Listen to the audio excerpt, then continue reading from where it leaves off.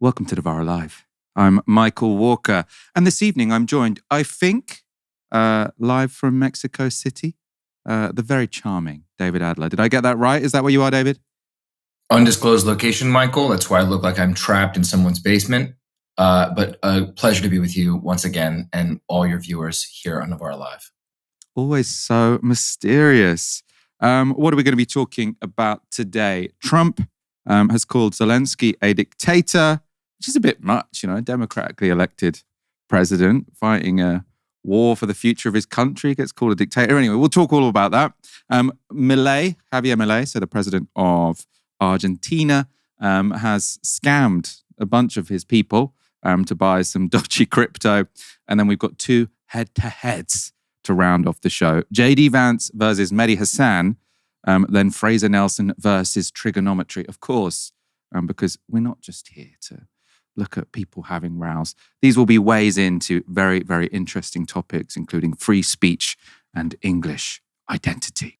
Donald Trump has never been a friend of Volodymyr Zelenskyy, but calling him a dictator has perhaps crossed a line. He said this in the last couple of hours on Truth Social, which is his own platform, of course. Think of it. A modestly successful comedian, Volodymyr Zelenskyy, talked the United States of America into spending $350 billion to go into a war that couldn't be won, that never had to start, but a war that he, without the US and Trump, will never be able to settle. The United States has spent $200 billion more than Europe, and Europe's money is guaranteed, while the United States will get nothing back. Why didn't sleepy Joe Biden demand equalization, in that this war is far more important to Europe than it is to us? We have a big, beautiful ocean as separation. On top of this, Zelenskyy admits that half of the money we sent to him is missing. He refuses to have elections, is very low in Ukrainian polls, and the only thing he was good at was playing Biden like a fiddle. A dictator without elections, Zelenskyy better move fast, or he is not going to have a country left. In the meantime, we are successfully negotiating an end to the war with Russia, something all admit only Trump and the Trump administration can do. Biden never tried. Europe has failed to bring peace, and Zelenskyy probably wants to keep the gravy train going. I love Ukraine, but Zelenskyy has done a terrible job. His country is shattered, and millions have unnecessarily died. And so it continues. Now, if Donald Trump sounds angry and spiteful, which he certainly does in that little essay, it might be because of these comments Zelenskyy made earlier in the day. We are seeing a lot of disinformation, and it's coming from Russia. We understand this, and we have proof that these figures are being discussed between America and Russia.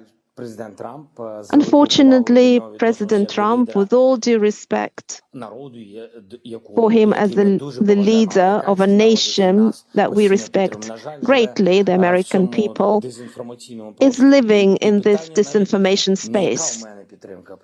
As you could see there, Zelenskyy saying that Donald Trump is living within a disinformation space put out by Russia. Why was he saying that? Let's have a look. He was provoked. I think I have the power to end this war, and I think it's going very well. But today I heard, we weren't invited. Well, you've been there for 3 years. You should have ended it 3 years. You should have never started it. You could have made a deal. I could have made a deal for Ukraine that would have given them almost all of the land, everything, almost all of the land, and no people would have been killed, and no city would have been demolished, and not one dome would have been knocked down. But they chose not to do it that way. Now, whatever you think about the events that led up to this war, it's obviously false to say that Ukraine started it, right? Fair enough. If different actors had made different decisions, and if the West had been more realistic about what guarantees it could offer Ukraine, not saying, come and join NATO, everything will be fine. Obviously, it wasn't fine. Maybe things could have worked out differently. Maybe lives could perhaps have been saved. But there's only one man who started the war in Ukraine, and it's the guy who ordered over 3,000 tanks to cross the Ukrainian border, right? It's quite simple. Trump, though, seemingly didn't want to put any blame on Vladimir Putin and went on to question Zelenskyy's legitimacy. Well, we have a situation where we haven't had elections in Ukraine, where we have martial law, or essentially martial law in Ukraine. where the leader in Ukraine, I mean, I hate to say it, but he's down at 4% approval rating, and where a country has been blown to smithereens. You got most of the cities are laying on their sides. The buildings are collapsed. It looks like a massive demolition site. So many of the cities. I mean, they haven't done it in Kiev because I guess they don't want to shoot too many rockets in there. They've done it 20%, but they haven't done it 100%. If they wanted to do it 100%, it would probably happen very quickly. But you have cities that are absolutely decimated. And yeah, I would say that, when they want a seat at the table, you could say the people wouldn't the people of Ukraine have to say, it's been a long time since we've had an election.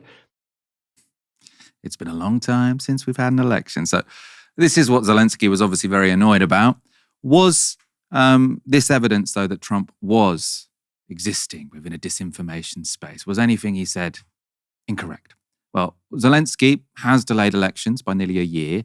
That is, though, due to fighting a war, right? Britain didn't have elections during the Second World War. That's fairly normal. They have martial law in Ukraine. Again, fairly normal if you've been invaded. It's also not clear where Trump got the figure of a 4% approval from. It doesn't tally with the results of any recent Ukrainian polls, including one conducted by the Kyiv International Institute of Sociology in early February. Trust in Zelenskyy was at just 37% in February 2022. That was the month that Russia invaded. It grew to 90% following the invasion. That often happens at the start of a war. And while it's dropped over time, nearly 60% of Ukrainians polled said they still trusted the president. Probably better than what Trump is currently experiencing in the United States. Of course, that doesn't mean Zelenskyy would win an election, though. Polls carried out in January suggest that Zelenskyy would lose a presidential election if one was held, with former four-star general and current Ukrainian ambassador to the UK, Valery Zaluzhny, beating him, or who would beat him, in the polls by around 12 points. David, we've shown a sort of blow-by-blow of this beef. So Donald Trump says Ukraine started the war and Zelensky's unpopular and needs to have an election. Zelenskyy says, well, he's living in a Russian disinformation space. And then Trump says, he's a dictator. And I mean, I can see why Zelenskyy said it, but Trump does hold a lot of cards here. And you probably should try and flatter him, right? I think that people who do diplomacy with Donald Trump and it works okay, they might sort of try and hold the line on certain policy positions, but you've got to flatter him as a person. Has Zelenskyy really fucked up here? I think, when I think about this fight between Zelenskyy and Trump, and I'm forced, of course, to think about the discourse and its evolution over the past 3 years of this war. It's a cliche to mention the Kissinger adage that it's dangerous to be an enemy of the United States, but it's fatal to be its friend. And I think that a point that many of us peaceniks, or as Paul Mason would have it, Putinists, were trying to make over the past few years was that we can't control the information space that Donald Trump lives in. We can't control the maneuvers that he sets and the plans that he devises in behind closed doors for Ukraine without Ukraine. Right? And all we could do, and all we still can do, is contend in the political space, in the organizing space in which we're able to do so. And so, I think we're up against this very tough problem with Donald Trump's plan, which is that if you keep knocking on the door of that disinformation space, it's not as if we have an opening. I think you make a good point to say that one way to reach him is through flattery, is through bargaining. We'll talk about how other countries perhaps have played this chess game a bit better, whether it's Mexico or indeed, thinking further afield, even the Chinese. But I think that the problem that we have now is that there's enough truth, there's enough convincing sort of valence around what Trump is saying about who Zelenskyy is and what this war is. And there's enough fatigue in the US American public. And there's this idea that we're going to be able to sustain a truthful, victorious, compelling narrative around Ukraine in this war, I think is really starting to wear it down. And I'm just tremendously concerned about what it means for us to have been proven right, that the US would be such an unreliable ally to the Ukrainians, and therefore what it might mean for the US to decide, you know what, we're just going to make the rules as we usually have done, with no longer having this pretense of democratic representation for the country in most effects. That phrase, what was the context in which he said it? Because I suppose immediate when I hear that, it may be dangerous to be America's enemy, but being its friend is fatal. Henry Kissinger said it. I just Googled it, but I haven't had time, it hasn't told me the context. I'm hoping you might be able to. But I would say what this proves, being America's really close friend is quite handy. Now, right? If you're Israel, for example, it's very handy. If you're Britain or someone in Western Europe, if you're Japan, it's quite handy. It seems like if you're in this middle space where it can really fuck you up, right? So the issue of Ukraine is that they were told you can join the Western sphere of influence, and then they were not allowed to. So they're in this halfway house, which was the worst of both worlds. Come back. Well, Michael, I'll make 2 points on this. The first is, it's good to be a friend of the United States, but we are a fickle friend. We make interests. We design our policies based on exclusively our present conception of national interest. And whether that includes you or doesn't, will determine whether we are flying your flag or not. You say that Ukraine is in a middle ground, but at the beginning of this war, you had a stated policy in the United States that we were the most steadfast warrior at Ukraine's side. We were calling on teachers to ask students in public school systems to show up to school wearing the flag of Ukraine, even though most of these people couldn't identify it on the map. This was a confected form of solidaristic energy that was bubbled up, not from the bottom, but trickled down from the top. And so that is the concern it has about being a fatal friend of the United States. And I think it's borne out by the facts of the early days of this administration. Whom have Trump and Vance bullied most in the beginning days of this administration? It has been our allies. It has been Europe. It has been Mexico. It has been Colombia. It has been the countries that have the deepest, closest ties commercially, economically, and diplomatically to the United States that have been the object of the most ire, the object of the most rejection, and in the case of Ukraine, the object of the most outright betrayal. I think that's what we mean by fatal friendship with the United States. And that's why, I think for Ukraine, they're trapped between a rock and a hard place of, do we flatter or do we find a more non-aligned position and seek other interlocutors, as Zelenskyy has done, for example, in speaking to Erdogan, and as he'll have to do further afield to basically manage the diplomatic crisis that's now underway because the United States is such an unreliable friend, ally, and figure on the global stage. Yeah, under Trump, it's definitely worse to be America's friend, isn't it? Let's go back to the substance of the talks between the US and Russia, which ended yesterday in Riyadh. We're told no plans for ending the war were in fact discussed, or no concrete plans. But speaking after the talks, US Secretary of State Marco Rubio gave this report on its progress. What's important to understand is two things. The first is the only leader in the world who can make this happen, who can even bring people together to begin to talk about it in a serious way, is President Trump. He's the only one in the world that can do that right now. The second thing I would say is that in order for a conflict to end, everyone involved in that conflict has to be okay with it. It has to be acceptable to them. But we have to understand that it's been 3.5 years since there's been any sort of regularized contact between the United States and Russia, and in some cases between any of the participants in this conflict and Russia. So the goal of today's meeting was to follow up on the phone call the president had a week ago and begin to establish those lines of communication. The work remains. Today is the first step of a long and difficult journey, but an important one. Rubio also made it clear that ending the war in Ukraine wasn't the only topic on the table, gesturing at larger US-Russian cooperation.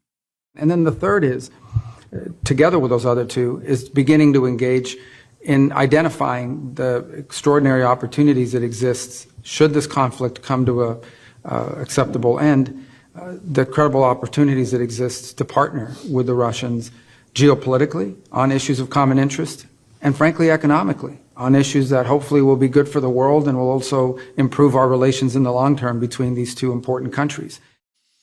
Speaking today, Russian President Vladimir Putin appeared pretty happy with the US's new position on Moscow, saying this: without increasing the level of trust between Russia and the United States, it is impossible to resolve many issues, including the Ukrainian crisis.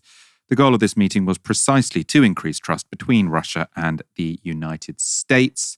Of course, many Western media commentators and politicians have reacted with shock over Trump's comments on Ukraine's responsibility for the war.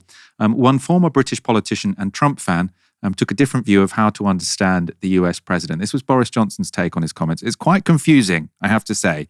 I think he's trying to have his cake and eat it. He said, "When are we Europeans going to stop being scandalized about Donald Trump and start helping him to end this war?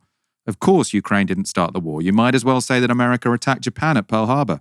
Of course, a country undergoing a violent invasion should not be staging elections. There was no general election in the UK from 1935 to 1945. Of course, Zelensky's ratings are not 4%. They are actually about the same as Trump's. Trump's statements are not intended to be historically accurate, but to shock Europeans into action. In particular, the US can see $300 billion of frozen Russian assets, mainly in Belgium. That is cash that could support and should be used to pay Ukraine and compensate the US for its support. Why is Europe preventing the unfreezing of Putin's cash? The US believes Belgium, France, and other countries are blocking. It's absurd. We need to get serious and fast."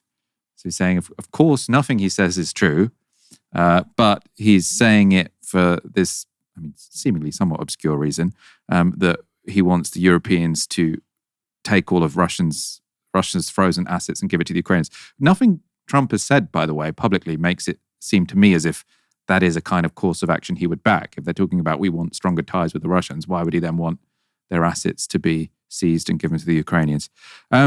Anyway, David, the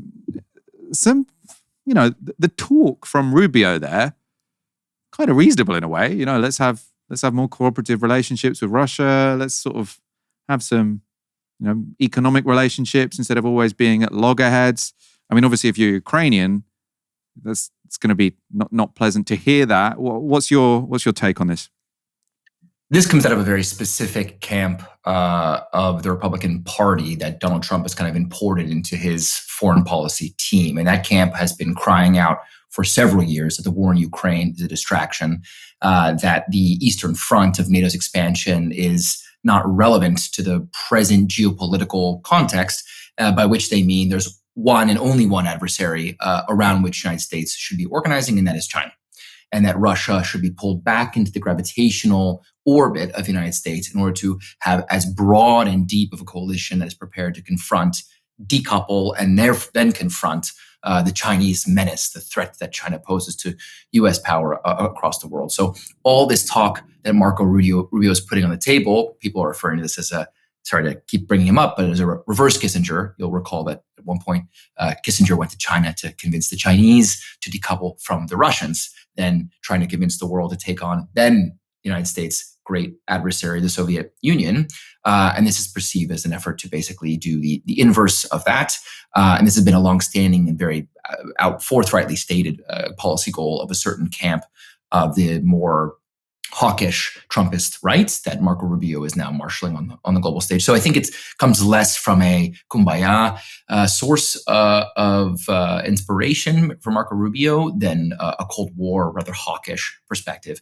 Unfortunately for Marco Rubio and the United States, this is just not on. It's not going to happen. It's not going to be successful because Russia understands where the West is in the present geopolitical order. It understands where the West fits in the evolving future of that order. It understands its capacity to withstand a barrage of sanctions unprecedented in the history of the global financial system. It understands the rise of China as an indelible fact and factor in its evaluation of its coalitions, of its allies, of its economic activity. And so I'm going to be very curious to see how this lands. Obviously, it has a huge impact for the future of the conflict in Ukraine and indeed of NATO expansion writ large. But I think much more interestingly is about how it fares in terms of the U.S. effort to broaden the coalition that of the willing to kind of take on China. And my expectation is going to fall on rather sort of deaf ears, but we'll have to see what the Russian response is, and in turn what the Chinese response is, because they're listening very closely to that dialogue as the ghost in the room, whose ears are burning in this dialogue about new strategic economic cooperation between the former adversaries of the United States and Russia. No, I totally take your point. That sort of where Rubio is coming from here, and in a way, I mean, he's also, he's just agreed to be Secretary of State for Donald Trump, right? So he's not being completely autonomous here. He's got to follow the line of his boss. But he's from that hawkish wing of neocons who, if they do make peace with Russia, it's so they can only sort of take on China in a manner which is stronger and harsher. Trump, though, I don't know if you saw it. We showed it on Friday's show, I think, with Aaron. He did say the other day that Russia, the USA, and China could all halve their defense spending if they just agreed to be sort of great powers who carved up the world. What did you make of that? This speaks to a certain geopolitical strategy that I am almost forced to admire on Trump's part, which is this sort of kaleidoscopic stuff against the wall, see what lands, see what doesn't, say as many things as possible. I mean, Bojo was a big kind of innovator in this respect of saying things and seeing how the public responds to them. I think that for Trump's part, it may well be the case that he, as a deal maker, wants to do this. And he's already been successful at convincing some of the most hawkish voices in the United States neoconservative establishment. You may have seen Lindsey Graham's recent interview with Politico, where he basically said, this is a guy who was like to the last Ukrainian all the way, saying, no, Trump understands you've got to think about Ukraine in terms of the precious metals that are underneath the surface. Think about it as basically one big Trump tower that is waiting to be built. So I think that, there is a certain sense in which Trump is able to exercise some real force on the security apparatus of the United States. But ultimately, I'm a believer in certain underlying characteristics of our deep state and of our security apparatuses thinking that I think are rather allergic to the idea that we can make allies of our principal adversaries and that we're willing to do really power sharing at that high level as opposed to gripping on as tightly as possible to the unipolar control that we once had in a very nostalgic vision of a second Pax Americana, a second century of American power. And I don't know how well that's going to go down in the deep annals of the state before Elon Musk comes and guts them to their bone. Yeah, Musk is a big player here as well, I think, isn't he? Because he wants to sell cars to China, all very confusing. We'll have to see if they put their money where their mouth is and they'll do another Nixon goes to China, but it will be Trump this time. Argentina's president, Javier Milei, is a lot of things. He's a radical libertarian, a rock star, a self-described anarcho-capitalist, and a Margaret Thatcher superfan who tackled Argentina's high inflation by imposing severe austerity on the country's population. And now Milei can add alleged crypto fraudster to that impressive CV. He's now facing impeachment for his possible role in an Argentinian cryptocurrency crash, with critics accusing him of taking part in large-scale fraud. So this story began on Friday when Milei briefly posted this. So he says, liberal Argentina is growing. This private project will be dedicated to fostering the growth of the Argentinian economy by funding small Argentinian businesses and startups. The world wants to invest in Argentina. And this is a link which he was promoting to his nearly 4 million followers, which was a new cryptocurrency token called Libra. And that link took users to a website where the coins could be bought. Trading was brisk, and with the coin immediately soaring in value from almost nothing to nearly $5 per coin. And as investors, they of course hurried to get in on this deal promoted by the president. But then, within just a few hours, disaster struck. The value of the coin crashed to just 99 cents, resulting in trader losses amounting to more than $300 million. At least 24 traders lost over $1 million, with more than 99% of investors losing their money, which means there's probably 1% who did pretty well out of this. It's no surprise then that just hours after apparently promoting the crypto token, Milei posted this. A few hours ago, I posted a tweet. I love tweets that start with that. Like so many other countless times supporting a supposed private venture that I obviously have no connection with. I was not aware of the details of the project, and after becoming informed, I decided not to continue giving it exposure. That's why I deleted the tweet. To the filthy rats of the political caste who want to take advantage of this situation to cause harm, I want to say that every day they confirm how despicable politicians are, and they increase our conviction to kick them out of their asses. Of course, it's not just the filthy rats of the political caste who are pointing fingers. Plenty of crypto experts have described the coin as a so-called rug pull fraud. So that's where a new coin is heavily promoted, pushing up demand. The value goes up. Then, when it gets high, insiders sell their stake. So that leads to massive profits for them and big losses for everyone else. A group of lawyers have filed a complaint against Milei in the criminal court, with one saying this: "We believe that he is a fundamental participant in the development, execution, and planning of the mega scam related to the launch of the Libra token." Argentinian opposition member Leandro Santoro said this about the fiasco: "This scandal, which embarrasses us on an international scale, requires us to launch an impeachment request against the president."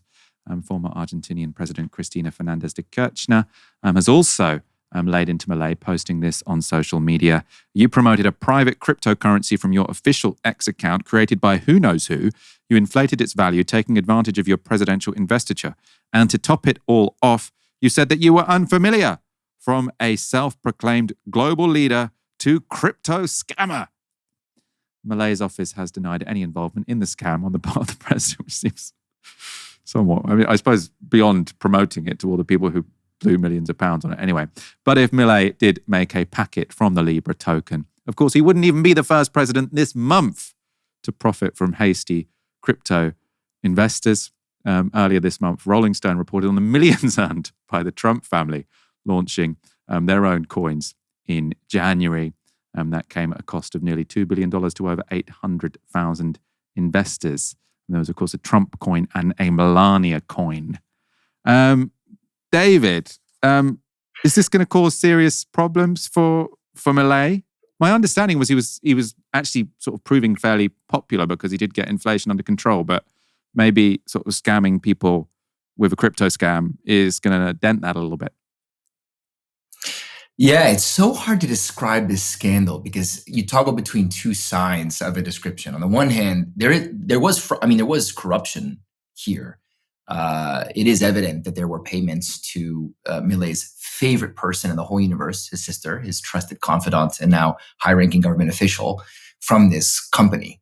On the other hand, I believe him. I believe that he just really didn't think twice about it. Was told basically to press play on a promotion plan that he didn't really understand, didn't expect people to rug pull because he's, not very bright to begin with, kind of out of his mind. And, it's hard not to laugh or cry. Many people, thousands of people were scammed out of their money. But it's also hard not to think this is a tremendous distraction from the underlying fiasco that he has overseen in Argentina. And you may be right. It's not doing nearly enough of a dent into his popularity that we would expect for the reason that you laid out.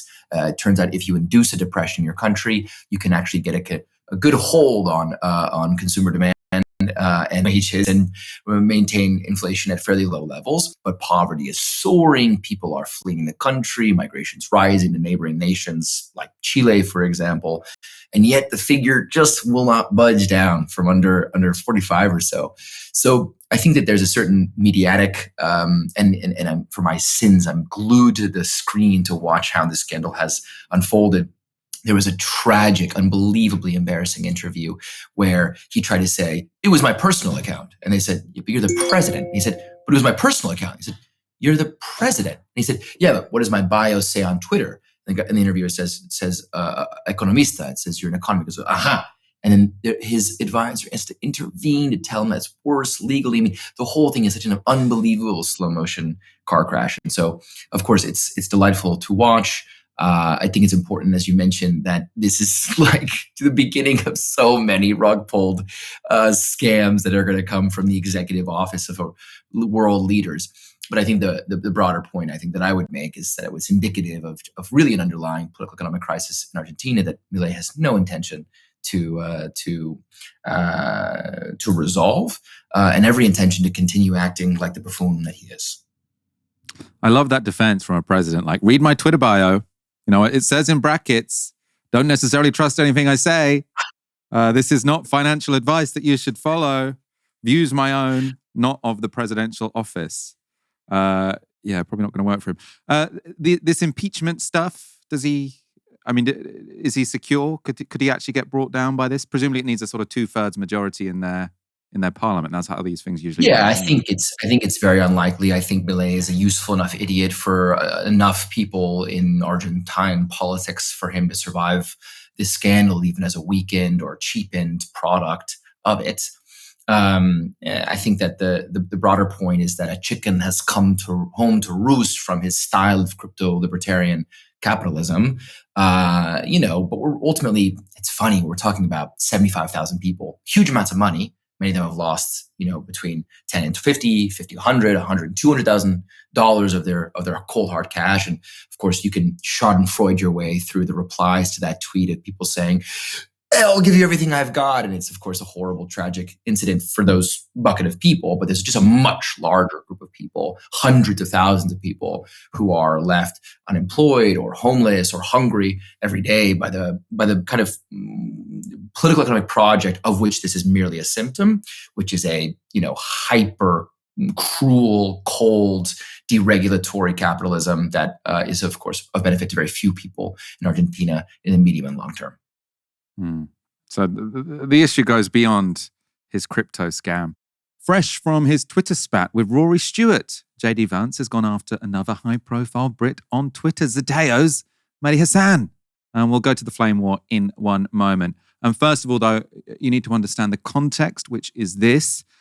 Donald Trump has banned the Associated Press from the Oval Office and Air Force One for continuing to call the Gulf of Mexico the Gulf of Mexico. Now, you might remember, Trump thinks the Gulf of Mexico should now be called the Gulf of America. That name change was signed into US law 9 days ago aboard Air Force One. He said sort of on the plane that he hadn't yet spoken to Mexico about this. So where does the Mehdi Vance beef kick in? Well, on Monday night, Mehdi Hasan tweets this. So it's a tweet about AP reporters losing their access because of this. He says, "Hey, JD Vance, I know you're busy lecturing the Europeans on free speech, but have you seen this?" The context there, obviously, JD Vance speaking at the Munich conference, complaining that the Europeans don't respect free speech. JD Vance replies like this: "Yes, dummy. I think there's a difference between not giving a reporter a seat in the White House press briefing room and jailing people for dissenting views. The latter is a threat to free speech. The former is not. Hope that helps."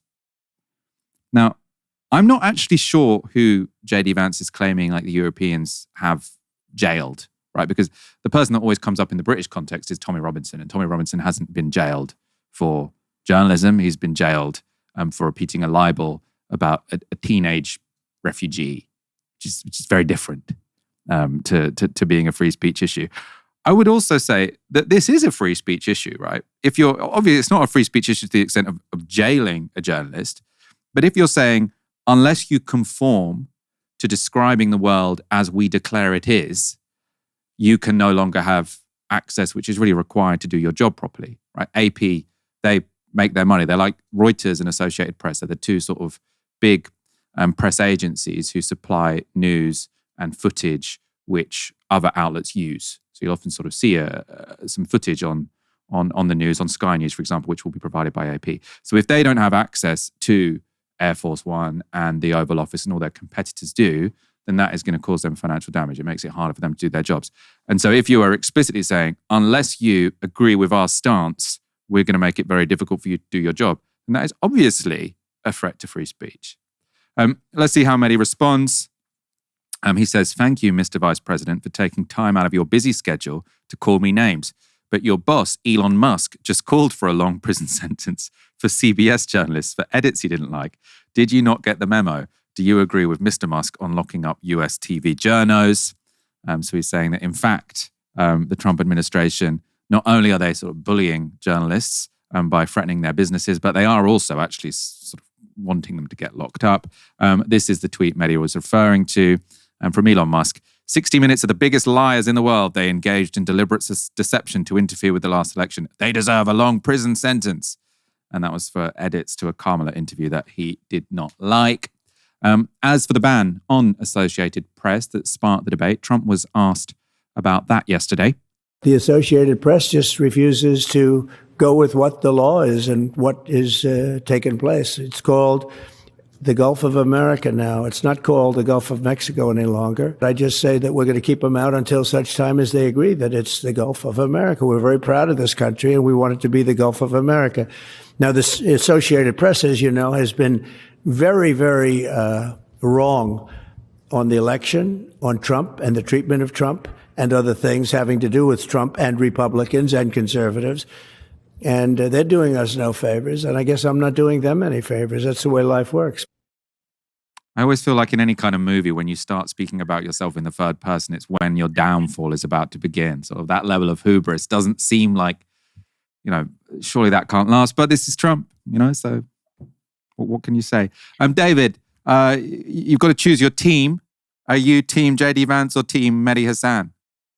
I'm just embarrassed for my humble country of origin. This is all humiliating. And it wasn't even, you showed the clip of Trump referring to himself in the third person there. But then also in the earlier segment about Ukraine, in his posts, he's not just doing it in third person. He's not just doing it in all caps. He's also doing it in quotation marks. The level, I wouldn't even call it hubris. It's sort of a Heideggerian sort of thinginess. It's very ontological in the way that Trump understands himself and the phenomenon that is. But no, I hate all of this. I hate the hope this helps. I hate the fact that all these posts are happening on a platform owned by the man who's issuing the threat to the CBS journalists.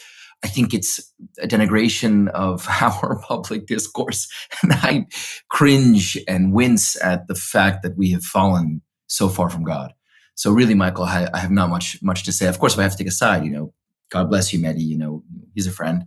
But I can't believe this is worthy of vice presidential dialogue after delivering, his scathing, terrifying AI vision of U.S. global dominance at that forum in Paris to retreat to the rhetorical register of hope this helps just makes me want to crawl back into a cave and die. And I sorry to hear that. First of all, by the way, sorry to hear you've come to that conclusion. But I know you've told me you're in an undisclosed location because you like to be mysterious. But I do know that you usually live in Mexico City. So I want to know from you this whole thing of renaming the Gulf of Mexico, the Gulf of America. Do people care? Are there sort of rallies where people are going to the American embassy and complaining because people had so much pride that it was called the Gulf of Mexico and now it's been called the Gulf of America? What are people saying? Yeah, it's a big deal. These things tap into a well of Mexican patriotism that the government or this administration is very attuned to. And this is not just a popular thing that gets transmitted on the social networks. This is a presidential and diplomatic thing. So, the foreign minister has been writing formal letters to Google to clarify that this will not be accepted, tolerated by Mexico, especially Mexicans in Mexico, that there isn't any name change. Of course, they've written back to Foreign Minister Juan Ramon de la Fuente to say, this is just a change for the United States where we're just complying with the law. And Trump's got a point. It is the law. There are, the elections have consequences kind of framework, I think runs through the whole program today. And it's something that we in the kind of left opposition have to grapple with in a deep sense, but also in an immediate sense of what can be done in the face of something as stupid, as facile, but ultimately as evocative as changing the name of the Gulf of Mexico, which obviously commanded a global consensus for so long, to the Gulf of America. But yeah, I think this is a bread and butter issue for President Claudia Sheinbaum in Mexico. It's something that they speak about frequently. She's made many references, many jokes about referring to the United States, and in particular, north of Mexico, the old Mexico of California, as America Mexicana. And that joke continues through the daily mañaneras, the daily press conferences that she holds to communicate with the people of Mexico. So I think there's a very strange, very careful dance the Mexicans are engaged in now, trying to manage the tensions, trying to not see them escalate. Last night we saw Q-19 Reaper drones dispatched by the CIA to spy on potential fentanyl laboratories across the border of Mexico, obviously completely illegal, completely unauthorized. I think there's a game of how do we manage the incursions and violations of our sovereignty, of our dignity, of our democracy on the Mexican side, with an understanding, to your point earlier about the flattery, that there's a patience to this game. There's a way of relating and understanding and engaging in dialogue with this sort of psychodramatic Trumpist camp that requires a bit of caution on their part. So I think that there are multiple songs being played, one more patriotic, one more patient, one more diplomatic, one more confrontational.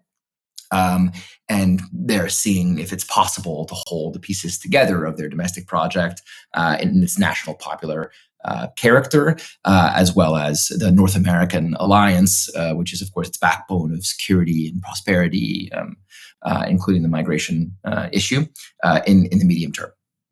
And so what is, because obviously the Gulf of Mexico, Gulf of America thing, I can see why that would be a motive, but it's ultimately symbolic, right? What are the key sort of material concerns that the Trump presidency creates for Mexico? Is it about trade? Is it about immigration? I suppose, I mean, he wants factories in Mexico ultimately to move to America. Are people worried about losing their jobs? What are what are the real material threats to Mexico from a Trump presidency?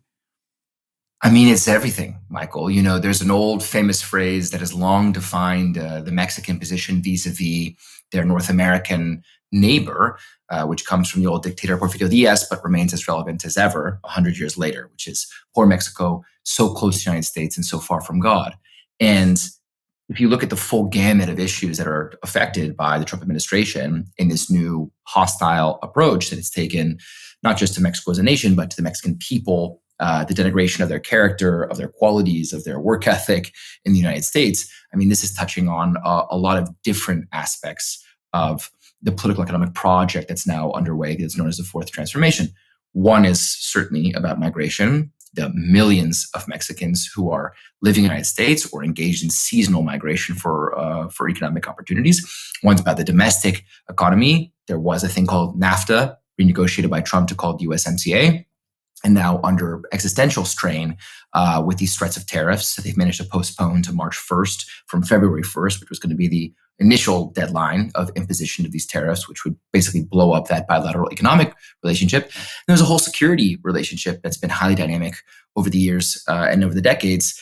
Andrés Manuel López Obrador, the last president that preceded Claudia Sheinbaum, was very forceful in trying to renegotiate that security relationship, effectively get the DEA out. A lot of this drug war that the United States exported to Mexico ended up being tremendously violent, inflaming the issue, not resolving it. And so the present administration is trying to approach that domestic security issue from a totally different perspective. But the United States has been, through this sector of the Republican Party, threatening an outright invasion or a limited military action, to use very Putinistic language. And now they're doing things like sending these drones across the border, as well as the more propagandistic elements, the mediatic elements, the cultural aspects of basically speaking badly about the people of Mexico. And so you have things that are cultural. I mean, Claudia Sheinbaum, many of your viewers may have seen, they wrote and launched and supported and promoted a migrant's hymn, an himno migrante, to try to remind Mexicans living in the exterior, living in the United States, that they have pride and that they have a place to always come back to, and that Mexico is proud of the people who are living abroad. That cultural battle of just the basic dignity of the Mexican people is front of mind, but so is the fundamental day-to-day aspects of trade and the frictions that could be involved in these tariff wars. So I think everything right now in Mexico is looking north, looking to Washington, thinking about how they can stabilize this relationship and manage, again, to go back to that Trump approach to geopolitics, the kaleidoscopic impulse that Trump has to basically throw shit at the wall like a Jackson Pollock painting and then see what sticks. And I think that's incredibly challenging for anyone, but for the Mexicans in particular. Maybe they can form a very strong alliance with Canada. It's got lots in common at the moment. David, I know we've got to let you go now. You've got to do something mysterious in your mysterious location. But it has been a pleasure being joined by you. I think you're going to be on a bit more over the next month, especially because my colleague Ash is going to promote her book. So I look forward to speaking to you very soon. Thanks so much, Michael. Take care. Have a good night. What does it mean to be English? Does it require you to be born here, to have citizenship here, or to support the English football team? Does it require you to be white? Well, the racial definition of Englishness might be something you assumed was a thing of the past. Now just look at the English football team, right? Of course, Englishness can't mean whiteness. Otherwise, that team wouldn't work. You might also look at the Tory front bench and think surely the definition of Englishness can't be a racial one. There clearly are, though, some people on the right who want to bring that racial definition of Englishness back. This is Konstantin Kisin from the Triggernometry podcast debating Fraser Nelson. I've always said, this is a very unpopular thing, that I'm not English. I will never be English. I don't think Rishi Sunak is English. We're both British, but we're not English. No, you weren't born here. You were an immigrant. No, well, my son was born here. I don't think my son is English. Right. He's born to a Russian again, Ukrainian that's definition, immigrant. right? I would say that Rishi Sunak is as English as Tizer and Wyferns, right? He is absolutely English. He was born and bred here. And I wouldn't say that the color of his skin makes him any He's less. a brown Hindu. How is he English? Because he's born and bred here. So by being born here, you become English, in your opinion? Yeah. Yeah. It's strong from Fraser Nelson, right? He's a former, until very recently, the editor of The Spectator. So this is a debate going on within the right. So sort of the respectable right, the somewhat liberal right, or actually, to be honest, just the mainstream right in general. For a very long time in this country, civic nationalism has been the kind of nationalism we have, right? It's saying you're English if you're born here and you identify as English, right? So it's something about your accent, the language you speak, the culture you have, sort of maybe your sense of humor, for example. And especially, I suppose, because of sport more than anything, this idea, sort of looking at the English football team and saying, well, they're not all English, right? That's usually something that I associate with the past, right? But there is a section on the right who are trying to bring back ethnic nationalism. So you've got civic nationalism, which is based on language, based on culture, based on identification, based on potentially where you're born. Then you've got ethnic nationalism, which is based on your blood. How many sort of generations back can you say that you're from this bit of land? It exists, it's not, there are some countries where ethnic nationalism is probably more prominent than civic nationalism, but not here. And generally, if you're in a multicultural society and you try and bring out ethnic nationalism, there can be some bad consequences, right? That's why it's good. It's a thing of the past. Let's look, though, at what happened next in that debate. I'm Scottish, right? Yeah. Now, are my kids English? I would say they are. How?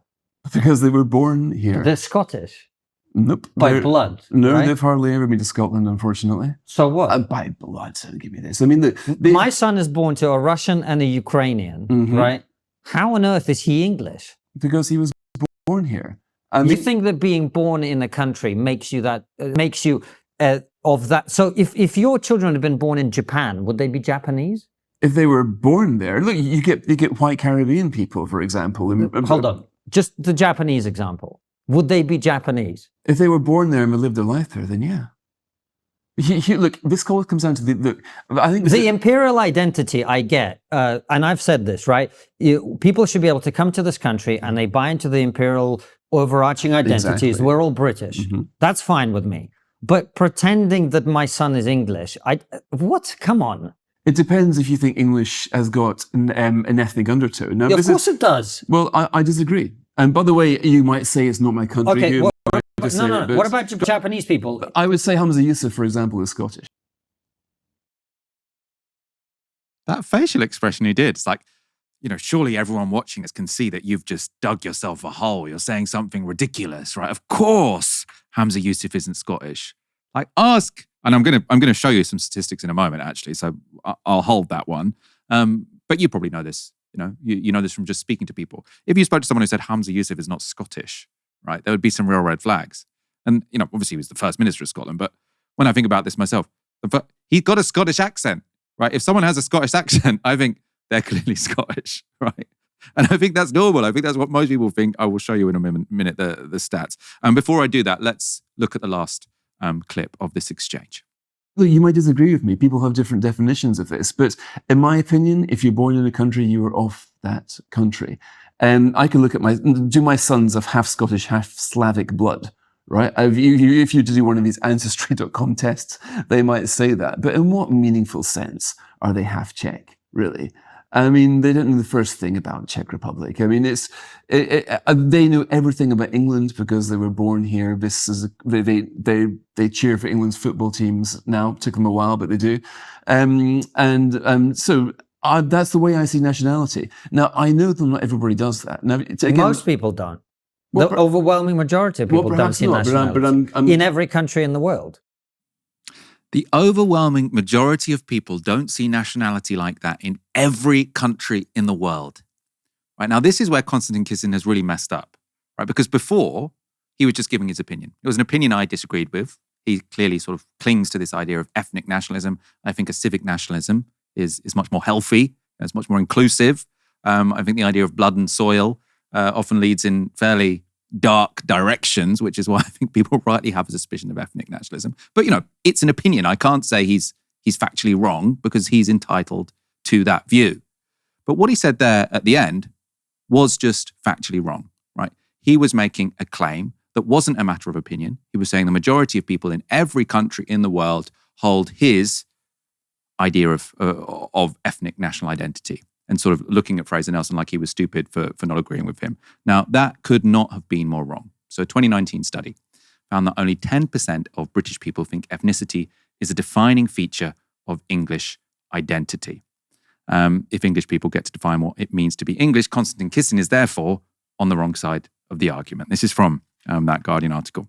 Just over 10% of people believe that ethnicity is an important factor in being English, compared to 20% from a 2012 study, according to British Future and the Centre of English Identity and Politics. The biggest change was noted among over 65s, where the importance of whiteness fell from 35% to 16%. The new data could challenge the perception that the 2016 Brexit referendum reflected an increase in xenophobic English identity. The findings suggest that during the time of the Brexit vote, perceptions of English identity were becoming more rather than less ethnically inclusive. Actually, that passage is really interesting in a number of ways because I think it really draws out a division that exists on the right now, because there is part of the right which wants to say, look, we're allowed to have various different opinions about immigration, but this is not about race, right? This is not about ethnicity.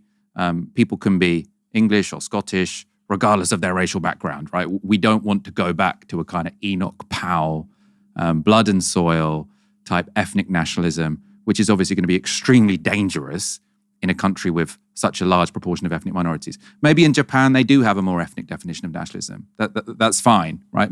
Maybe people might want to challenge it if they're there, but just because Japan has a more ethnic idea of nationalism, they're a more ethnically homogenous society, doesn't mean we should adopt one. It would be very dangerous if we have that.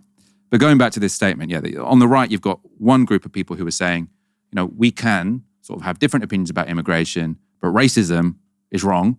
And there is this other part of the right which is saying, like, actually, no, let's have a race war, right?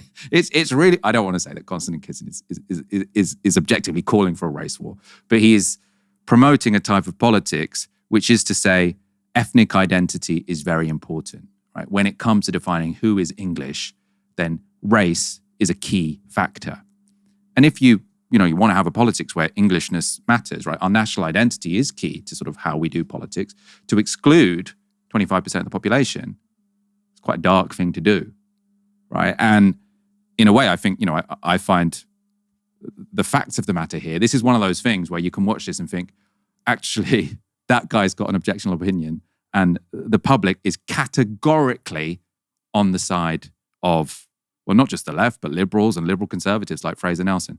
But there is a significant minority on the right who really want to take us backwards on this. You see it on Twitter, especially actually quite interestingly, younger conservatives seem to be quite interested now in ethnic nationalism, sort of in reawakening an identity politics of whiteness.